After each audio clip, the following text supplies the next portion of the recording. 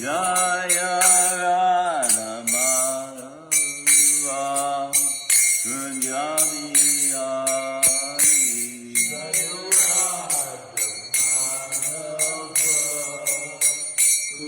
Bihari Gopi Jana Vallabha Girivardhari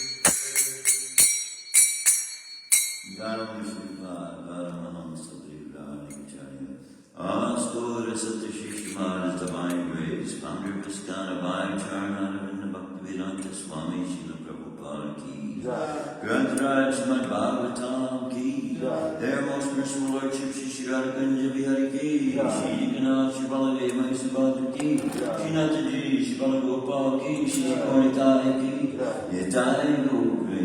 Haribo. All glories to thee, Son. Hare Krishna. All glories to thee, Son. Hare Krishna. All glories to thee, Son. Hare Krishna. All glories to the Lord's feet of Shri Shri Guru and Shri Gauranga.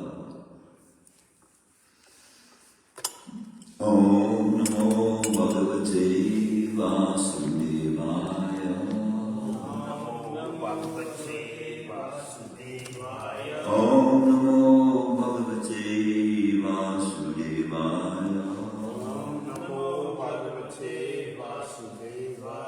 Om Namo Bhagavate Vasudevaya. Narayanam Namaskritya Naram Chaiva Narottamam Devam Saraswatim Vyasam Tato Jayam Dhiraya Nasta Prayashu Badreshu Nityam Bhagavata Sevaya Bhagavati Uttama Shloke Bhaktir Bhagavati Naishtaki. Reading from Shrimadbhagavatam, Canto 1, Chapter 5. Are we on text 6 or 7? 6. Okay, text 6. The chapter is entitled Narad's Instructions on Shrimadbhagavatam. Sa Vai Bhavan Veda Samasta Guyam Savai Bhavan Veda Samasta Guyam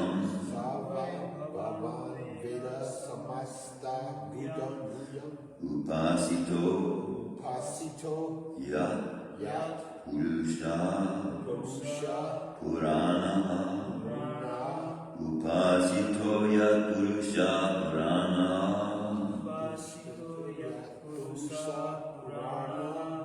Paravaresho Manasaiva Vishvam Paravaresho Manasaiva Vishvam Srijati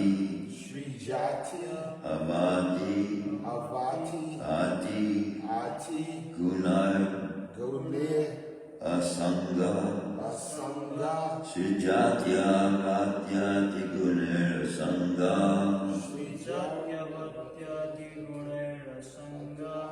Savai Bhavan Veda Samasta Guyam Upasito Ya Purusha Purana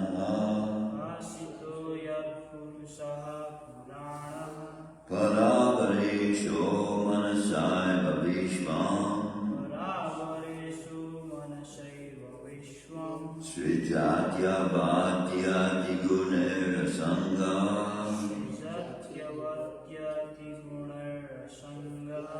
Savai Bhavan Veda Samasta Guyam Upasito Yat Purusha Purana Paravaresho Manasaiva Vishvam Srijatya Vatyati Gunera Sanga Savai Bhavan Veda Samasta Guyam Upasito Yat Purusha Purana Paravaresho Manasaiva Vishvam Srijatya Vatyati Gunera Sanga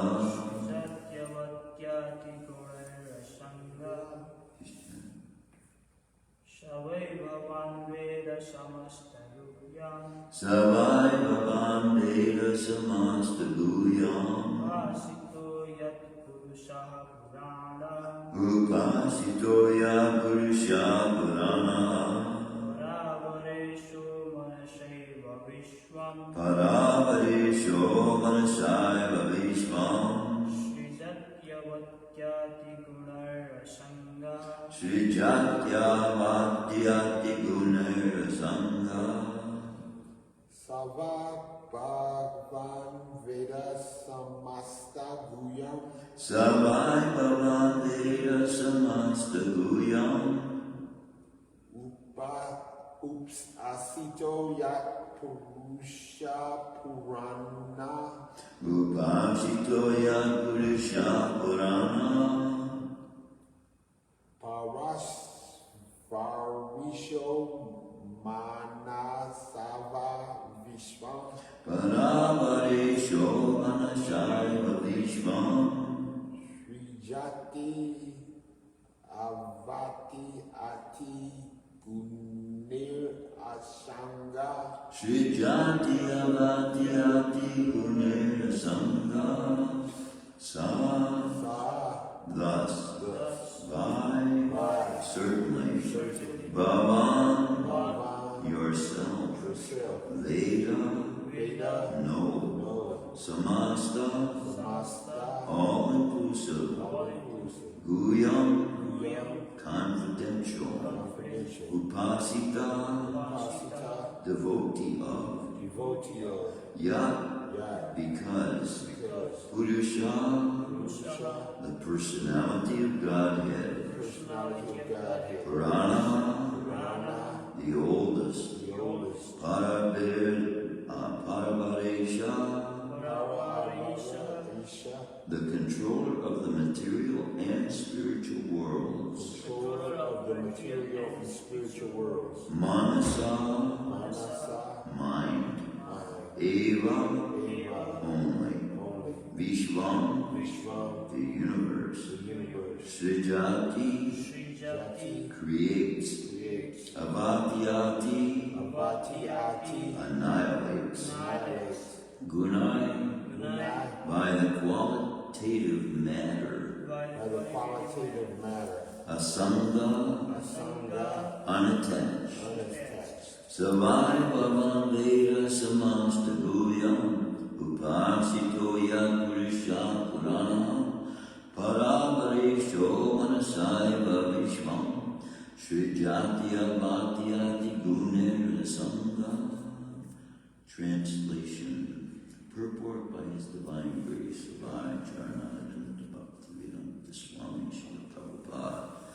My Lord, everything that is mysterious is known to you, because you worship the Creator and Destroyer of the material world and the Maintainer of the spiritual world, the original personality of Godhead, who is transcendental to the three modes of material nature. Please repeat.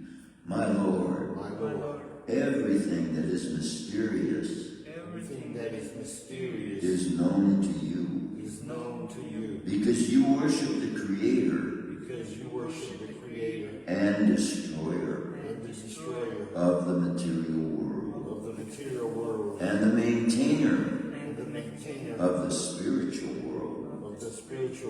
The original personality of Godhead, who is transcendental to the three modes of material nature.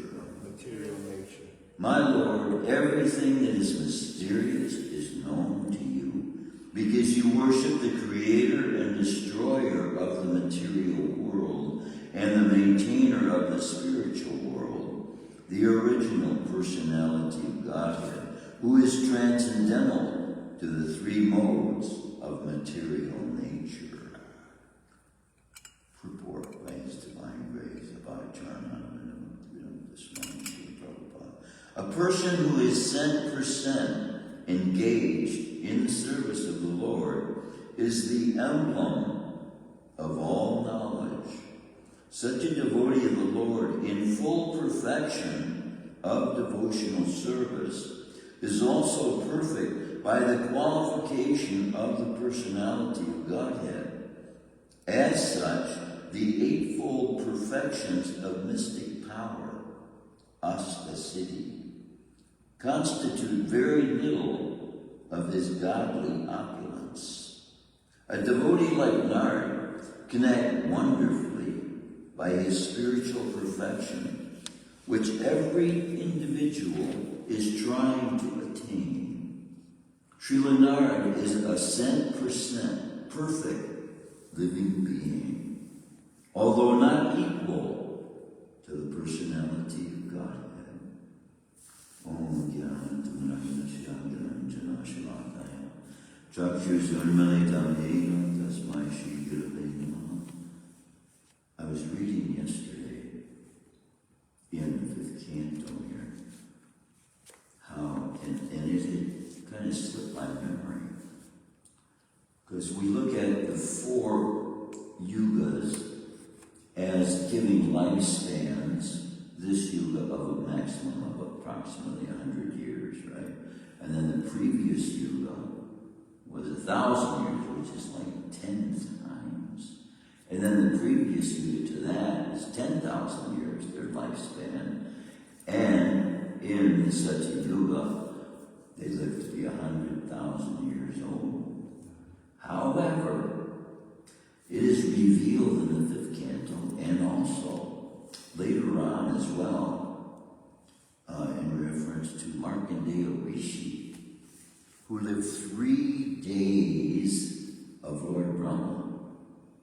3 days of Lord Brahma. So that one day of Lord Brahma is 1,000 cycles of the yugas. And he lived 3 days. He lived 3 of those days. 1,000 cycles of Satya, Treta, Dwarpa, Kali. 1,000 of those cycles combined. So that's like 3 or 4 million. 1,000 Mahavantaras. So 1,000 of those. Just incredible amount of time. And also here, That's trillions of he has given, who was this? This was the son. Bharat Maharaj was given, as an emperor, the responsibility of governing the entire planet.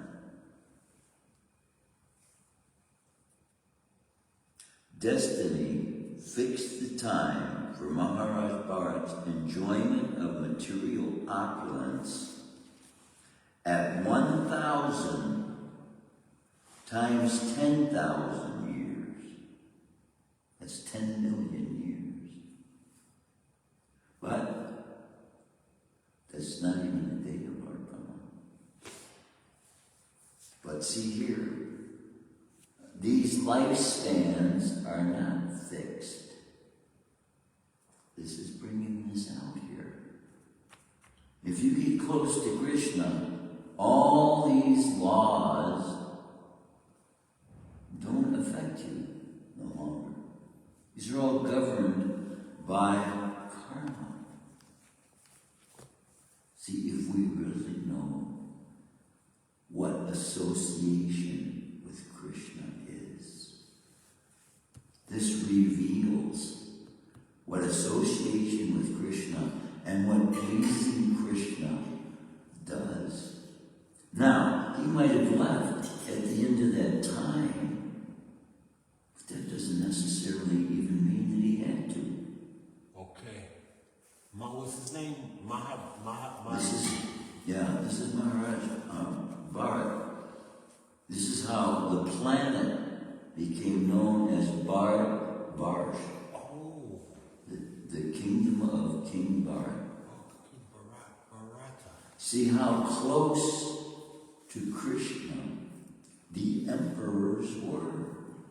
They could satisfy the whole world. They could satisfy the people of the whole world. And God himself, Krishna, was so pleased with the activities that the world itself brought forth in abundance. Nobody worried about tomorrow's food. Where's lunch going to come from? Nobody was worried about their future. We have to make investments because maybe we'll be poor tomorrow. No. See what a association with Krishna gives. It breaks all the boundaries, even that we make in our own minds. Goes beyond all that. So see, oh, where's your servant? Thank you so much for coming, Clint. So see, Narad Muni himself then is also revealing, because he was there at the beginning. Son of Brahma, born out of Brahma's own body, at the foundation of the world, witness of all these things, to be able to preach to all those living entities now in the chain of the cyclic succession. And still he's around, self-same body, by association with Krishna. So there are so many benefits that the devotee gets simply by serving Krishna.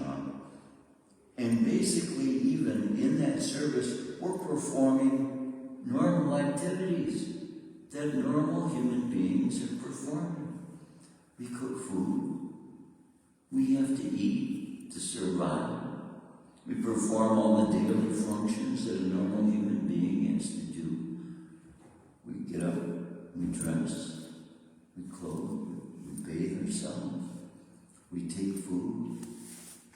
And we do, when we offer that as well, as nicely as we can, as an offering to the Supreme Person, who's performing the same functions because we're like him.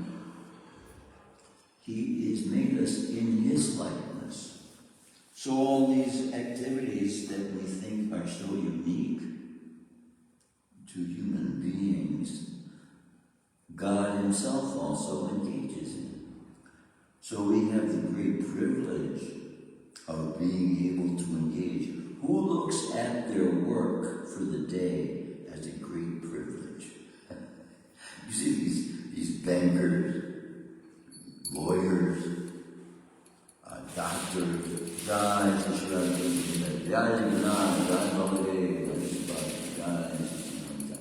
all these professional people, in most cases we would say, people aren't anxious to go to work.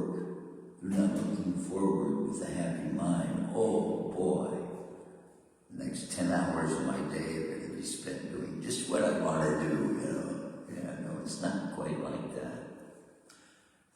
And because of our desire to want to find some form of pleasure then, we go to all lengths, whether it's pleasure and satisfaction in doing something great in this world, becoming famous or gaining some great wealth or experiencing some form of joy and happiness. It is the cause of our suffering as well, because in all these activities, we don't realize it is the cause of other living entities losing their lives. When we just drink a glass of water, then,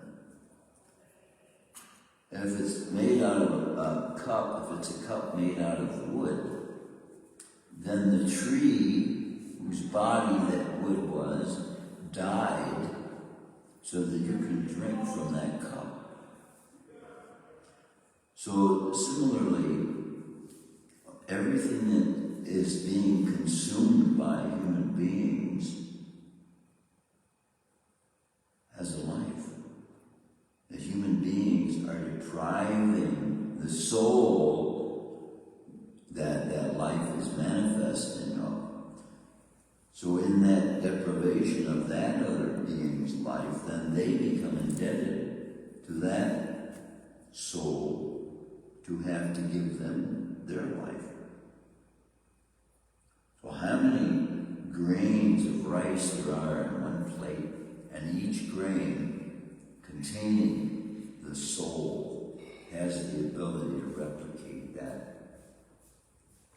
same product that it is, reproducing itself.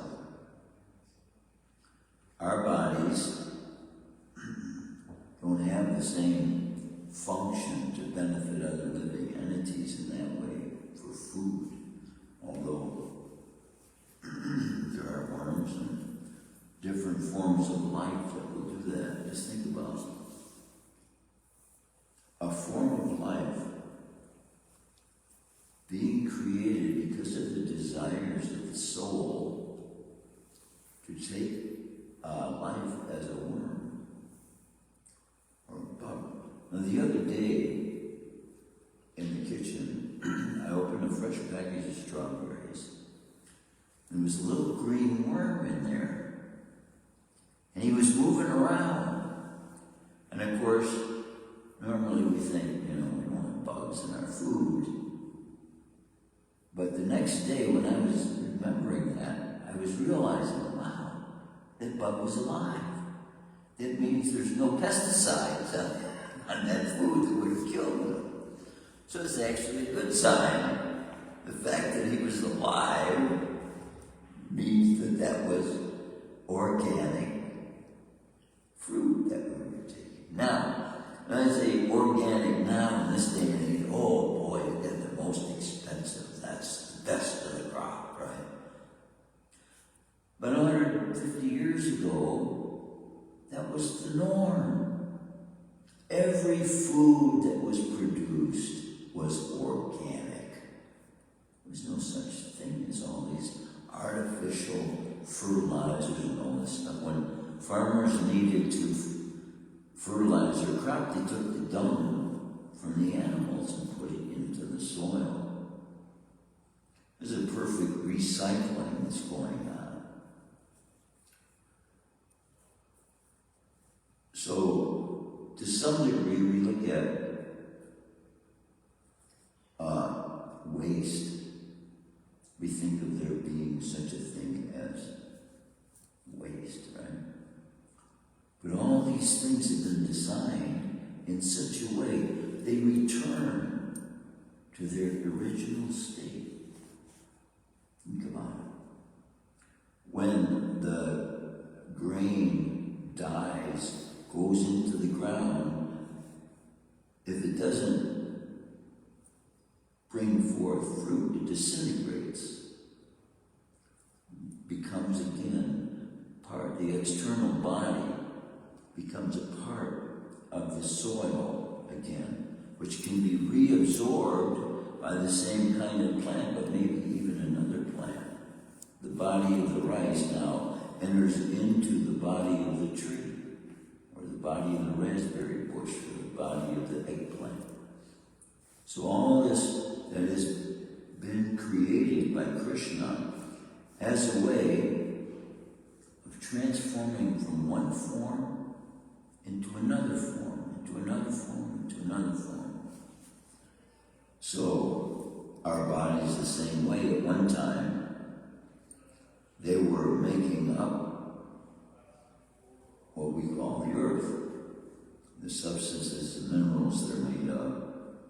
This is all earth. In effect, without us in it, it's just dead earth. So the only ability the bodies have to be able to function is the presence of the soul, the breath of God in its original state, which came out of the body of God in its purest state.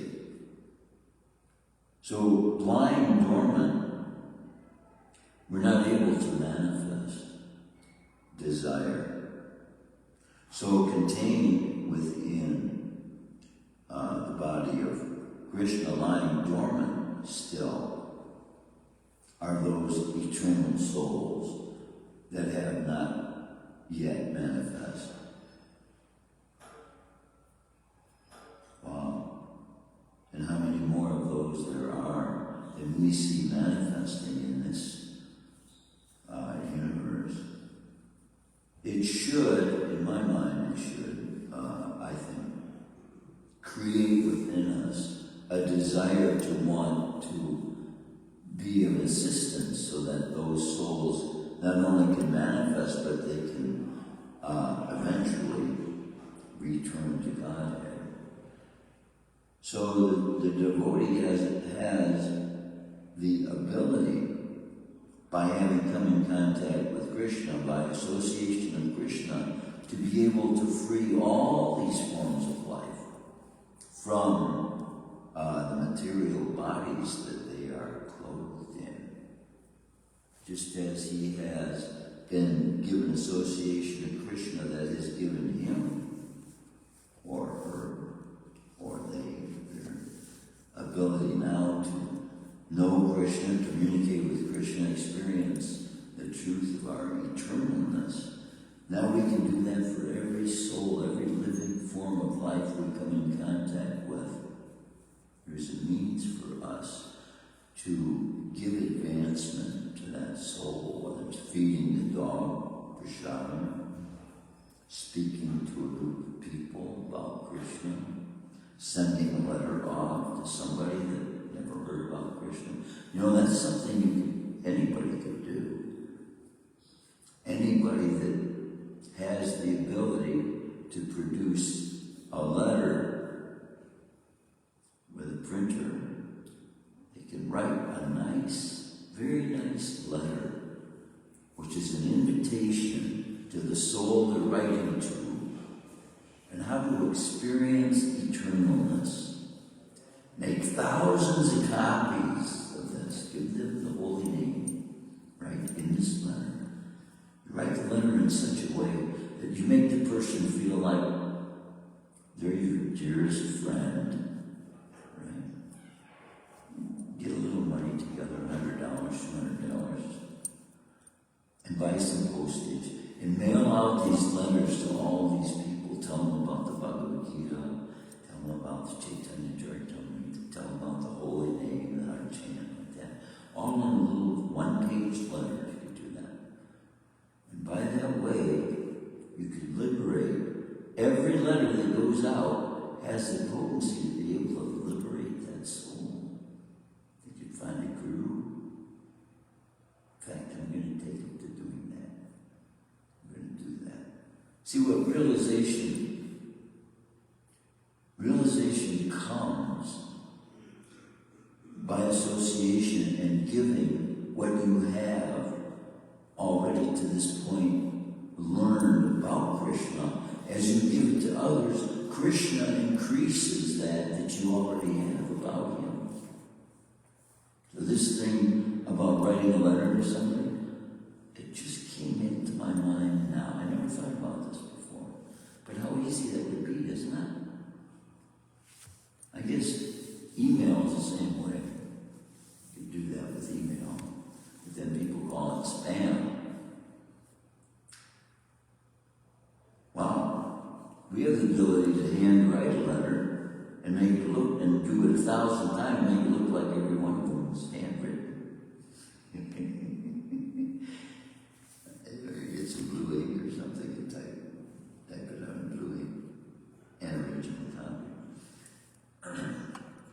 But it is, highly valued, the personal effect of someone having done it with their own hands, right? As compared to having a machine written it off. And this is the value of Krishna's personal association, which he is offering to us in this day and age even, which we would not be able to get aside from our connection with Krishna's accepting the representation his deity form is giving us. The association deity form is giving. Haribol. So if we can see the benefit, then the likelihood is that we will want to take up this service. We want to do everything we can to take part in it ourselves and to be able to give others the privilege of being able to take part in it. And Christian consciousness, it can be simple things we do all day long that don't really take much effort to do.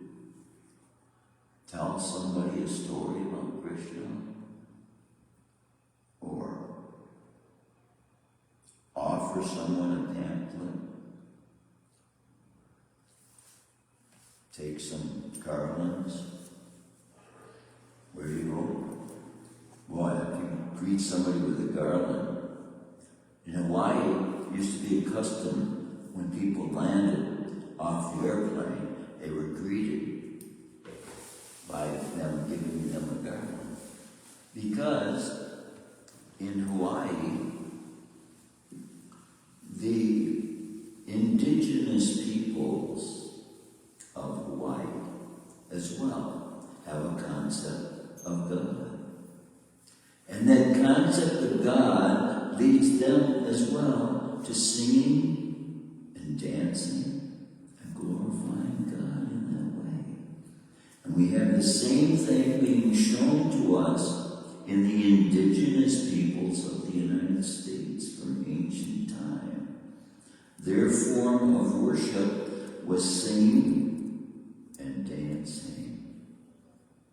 I don't know their languages, but in each civilization that had this understanding that it pleases God for us to be happy in offering appreciation to Him for what everything He has done to enable us to experience life, to know what happiness is, to know what taste is, to know what communication is, to have friendships, association with one another. And all these being looked at by normal people walking in the streets think of it as mundane activity, and it is mundane activity, which offers very little in the way of eternal advancement, you could say, that based on mundane subject matter. But the same association with two people having conversation about the eternal, the supreme person, the absolute truth, the all-powerful, the divine, the pure, the holy, the one who gives unlimitedly to those who ask. Krishna is so kind, so merciful, and that He gives us sound vibration to heal us by. When you think about it, sound is at the foundation of all these activities we engage in. Somebody tells us how to do what we're doing, what to do, why to do it, when to do it, if it needs to be done. This is all communication. Communication, which is energy, sound vibration is energy from one soul to another. And that same energy being wasted by those who are engaged for sense gratification can be using the same amount of energy it takes the body to produce that sound for eternal benefit. But human beings, ignorant of the reality of the presence at every moment of the eternal presence of the supremely powerful, the all-powerful, the all-seeing, the all-knowing. We miss out. We deprive ourselves of the realizations that will come by concentration on the Supreme, by meditation on the concepts provided to us by the Supreme. So, what are those concepts? Love being the highest goal to attain. Because love that is all-encompassing, it is the force that has brought everything into being. Everything was coming out of Krishna's mouth, actually, speaking into existence. And simply by the breathing process, not even speaking, the universes are emanated. Can you imagine? Emanating universes from the body you're dwelling in. What would that body of Krishna's be like if there are universes being entered into it? And if we were able to be put in association in that place, because it's the same Krishna we're associating with here on the altar. That is the same Krishna from whom universes are emanating. The same person, just revealing to us another aspect of his personality, using a different body to perform a different function. Like we wear different kinds of clothes to perform different functions. When we're going out to do heavy-duty work, then we wear work clothes.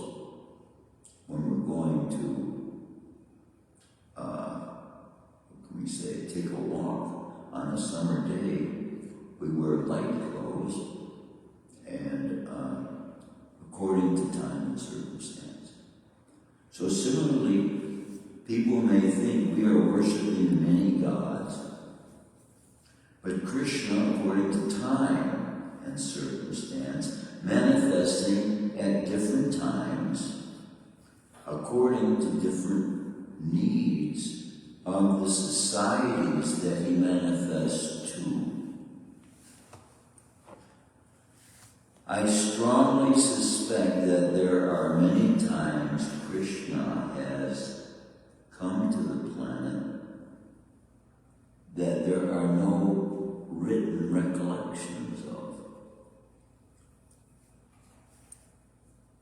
When we see the instructions being given by God to the human beings, they become a peaceful people. They're not warlike.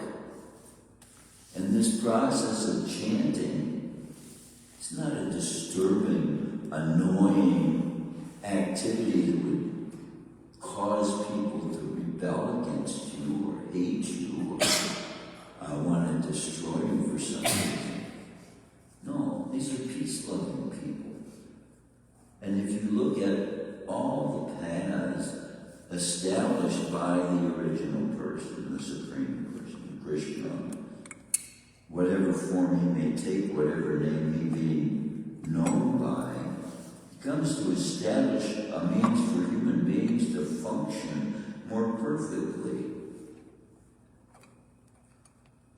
And what those with false egos,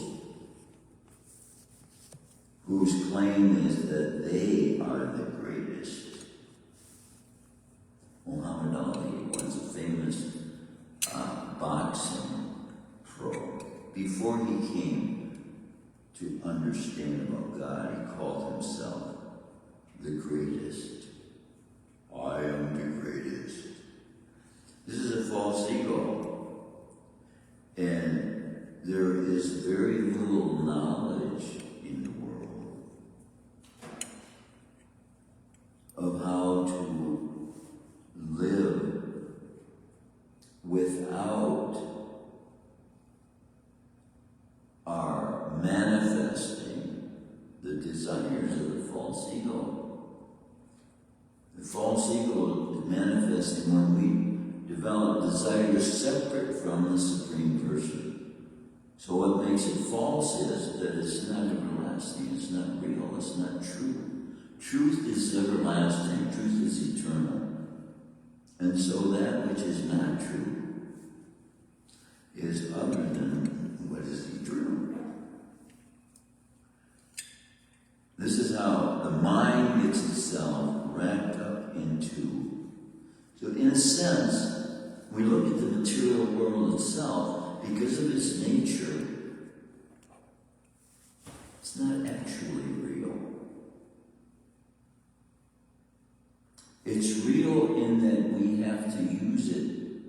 make use of it for the form it is in right here, right now. But because of its constant changing nature, we can analyze it as being not true to the nature of truth. Because the substance of truth is eternal. But the substance of anything in the material world is constantly changing. Physical body is changing, the earth is changing from one form to another. So it's never itself. The soul, we don't have. Well, Krishna does. He comes in his own form. But we don't, in our lives, have the ability to see that soul form of anyone that's come in that form from the spiritual world, manifesting the eternal body that the soul is, the substance that the soul is made of. But in the spiritual realm, that's all everybody sees, so they know. And then those who have been there and have come by choice, then this is Srila Prabhupada's position. This is the position of those souls that Krishna has sent from the spiritual world to come here. He doesn't force them to come. They come by choice because they want to save. They're saviors because they want to help other living entities, and then they get persecuted for it. You will see the great peacemakers of the world are the ones who are looked at by the evil ones as troublemakers, accused of that unrightly. So you have more so, the more pure they are, it seems, the more they are attacked by the evil ones. So you have the truth, and you have stories twisted. When God manifests in his true form, then you have stories about him twisted and deranged to make people believe other than what he truly is. So how can Krishna himself be happy with those peoples who are atheistically, ignorantly atheistic, conceiving in their minds qualities of God that are not true, they're not actually real. So by those lies that they are believing are truths, then these lies lead them into the darkest of ignorance that they came out of. There's no freedom from darkness without truth. Truth is the light, which Bhagavatam is the light, that gives us realization of the eternal. And it is the eternal that reveals itself to us, that enables us to understand our own nature, what we are like. So, considering this, we can see most people who have come and gone in the human form never have come to the conclusion of what human life is meant for. That's a real disaster when you think about it. All the time it takes for the soul to finally make it to the human form and not use it for what it was meant for, to get out of the material world altogether. Rather, at best, they're devising in their minds what they think is a way to find happiness, paradise, heaven. And but that's all clouded over by lack of knowledge. Because without the completeness of knowledge Shrimadbhagavatam is giving us, then their lack leads not based on truth. And then without truth, then our next set of circumstances will not be the eternal and beyond. See, we have the material world, which we're looking at as reality and truth, but it's constantly changing. It's not real, eternal truth. So the only way we're going to familiarize ourselves with that is eternal is to become fully absorbed in the nature of this science, this bhakti science of using the energy of God in God's service. We are that energy. And as such, still we have a will.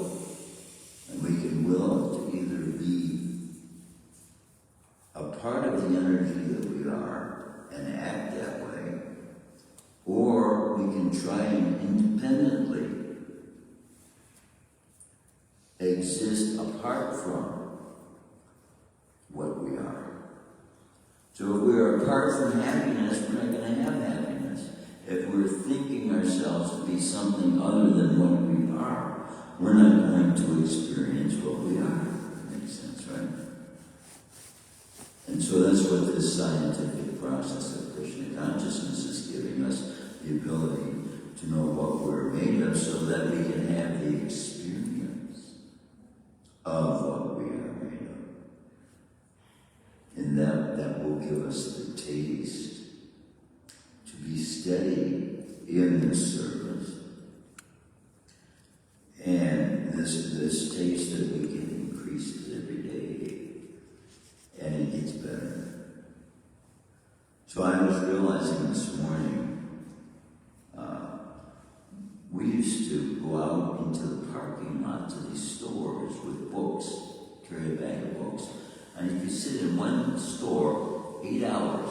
Kmart, big store, right? Like an department store. We used to call it, because it was Kmart's, we used to call it Krishna Mart. And the devotee could sit in that parking lot and talk to hundreds of people every day, coming and going, and talk to them about Krishna, ask them if they want a book, right? Then, they stopped allowing us to do that. Now they get signs up. No selling of books, no paraphernalia, no advertising, this, that, the other. To wipe out devotees' ability to be able to distribute books.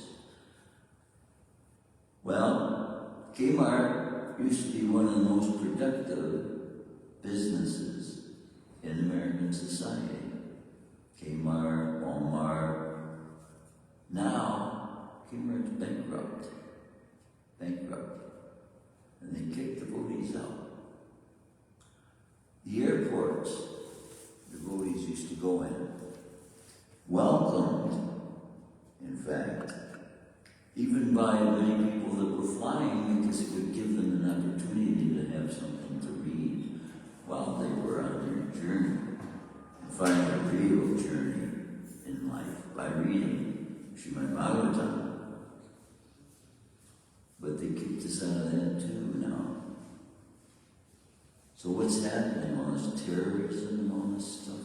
When devotees took part in fire sacrifices, the Gurukulis in Mayapur were taught how to perform these fire sacrifices. The very next week, the Berlin Wall, which was separating communist Germany from diplomatic government, where these tyrants who are now usurping authority in leadership positions of government are forcing their subjects to act in the ways they want their subjects to act. Which is good if the leaders are led by the truth and they give people the truth.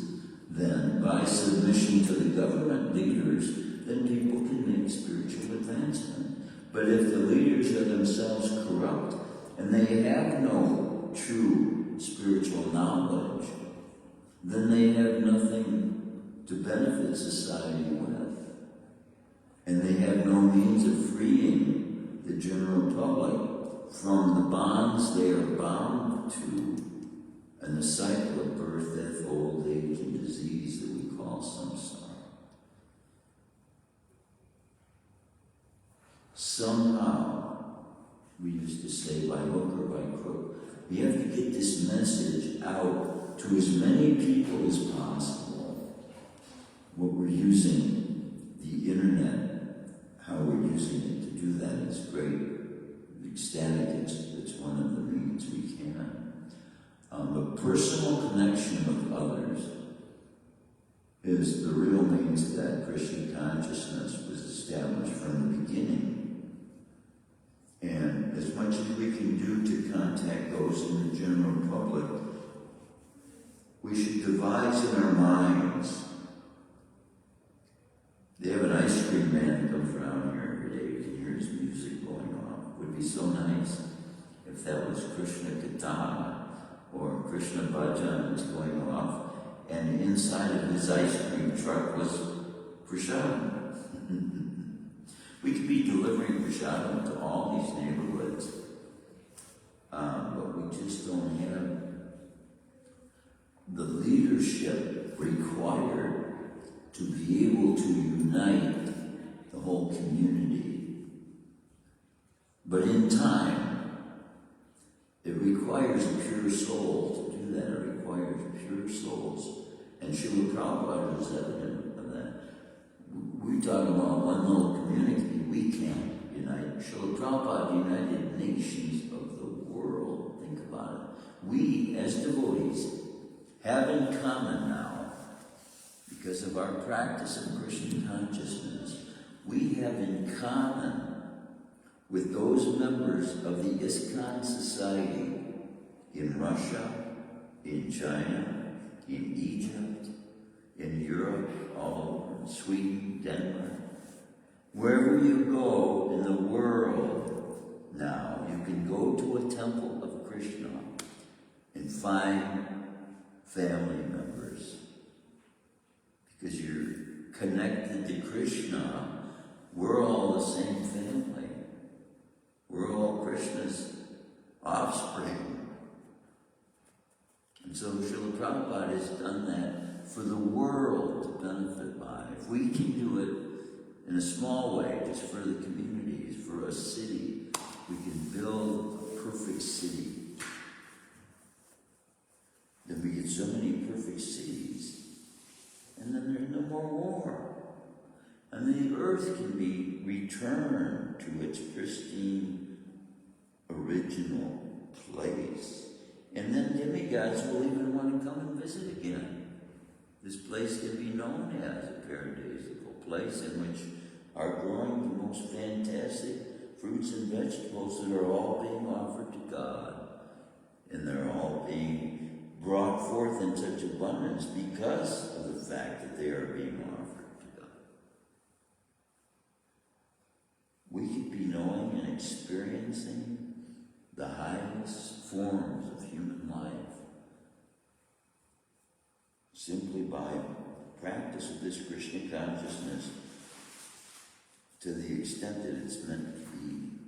It's meant to be a worldwide experience by everyone on the planet. So that no matter where you went, there'd be devotees singing and dancing everywhere. Could you imagine that? Go down to the dollar store, chick, chick, chick, everybody's singing, dancing about Krishna, singing about Krishna. If you lived in a perfect city where everything's provided, all we need is clothes. You're living under the roof of a house. It's all paid for, everything's paid for. So what do you need to do? Okay, you provide for your clothing, you grow food, the food's all planted. It's there to be harvested. There's nothing left to do but praise God and thank God for everything we have. You know, what do we need? But society society creating in their minds so many needs, unnecessary needs. The demands have driven them into a form of slavery. The demands of man's minds has driven him to have to now engage in a form of slavery simply to exist, simply to have clothing on his back, food on his table, in a house, an umbrella over his head. Now he will work as a slave for 10, 12 hours a day for 40, 50 years of his life. And at the end, what will we have? A stone house here, a bunch of kids, cars, and they will not be his after he leaves. Worked for nothing, with nothing at the end of life to have, to show, except the external material things that are all going to perish and be burned. Everything we accumulate in this world is going to end up as ashes. So we have to accumulate in the consciousness that we have the ability to store memory.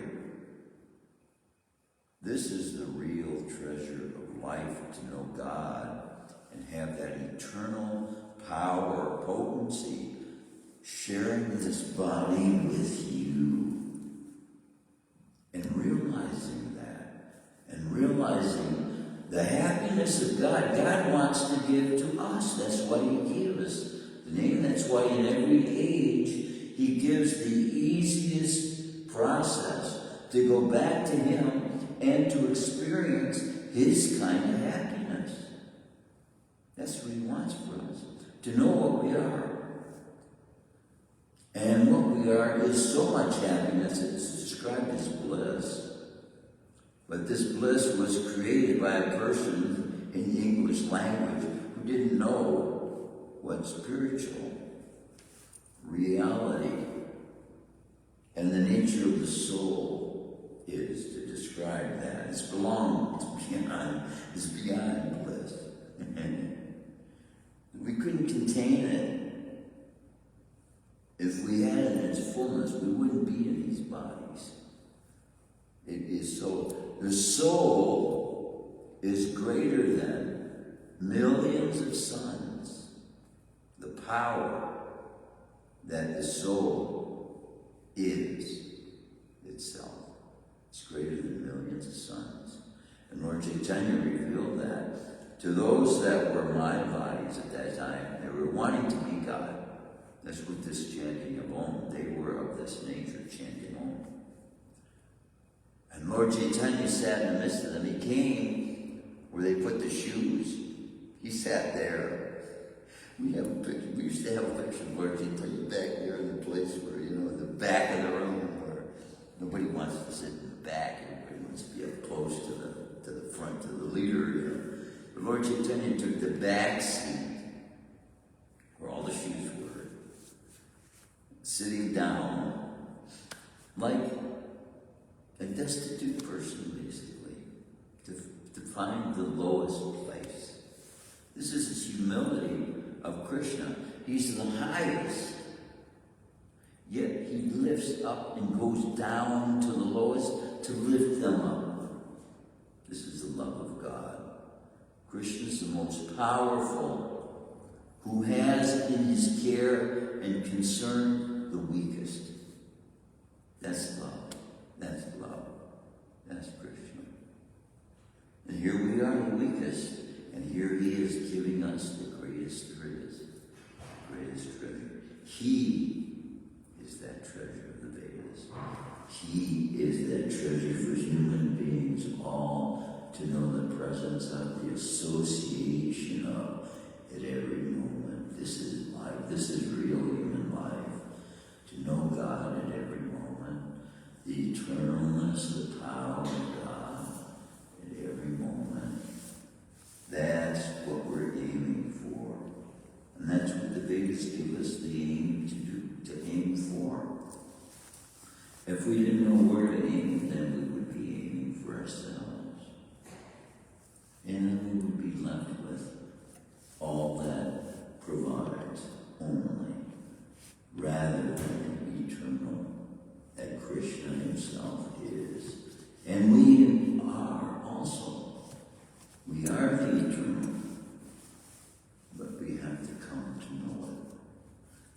to experience that. That is what we want. To experience means to apply the process, basically.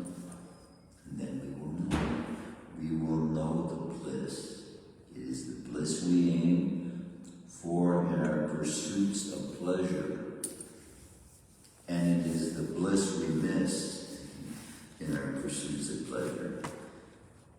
If we're pursuing our own pleasure. But if we pursue the pleasure of Krishna, then we will know the bliss. Go. Any comments, any questions, any comments? Grantharaj Shrimadbhagavatam ki jai. Srila Prabhupada ki jai.